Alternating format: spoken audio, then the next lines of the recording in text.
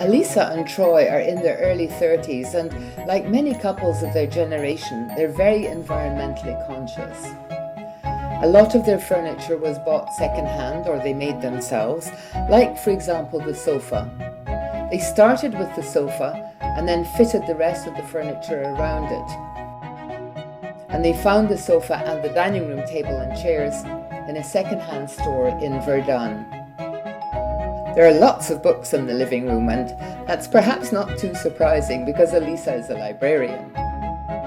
The mirror looks crooked, but actually it's the walls and the ceiling that are crooked. The mirror is straight. It's an old building. It was constructed in 1910. Family mementos. Alisa was born in Russia, but she came to Canada when she was only 5. In the kitchen too, they've got furniture that was either made by themselves, found second-hand, or actually picked up for free, like this little side table underneath the plants. They found it on the sidewalk. The couple love plants and greenery, and there's plants all over their apartment. A corner of the kitchen is used as a home office space. And this is one of their 2 cats.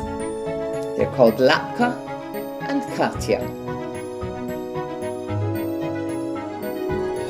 The couple's pride and joy is their vegetable garden, and whenever they can, they use their bicycles to get to their destination. They don't even own a car.